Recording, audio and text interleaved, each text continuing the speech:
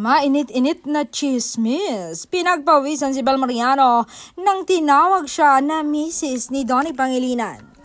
Tawang-tawa nga ang mga mosang o mga marites sa naging reaksyon ni Bel Mariano sa pagpapakilala sa kanya ni Donnie bilang Mrs. nga niya.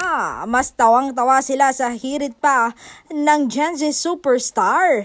Pinagpawisan ako pero nasaan ang singsing? Kanyang hinanap ang singsing. Pero hirit naman ng mati ni Idol na kinikilig, darating tayo dyan. Pero sa puso ko, Mrs. na kita kahit wala pang kasal.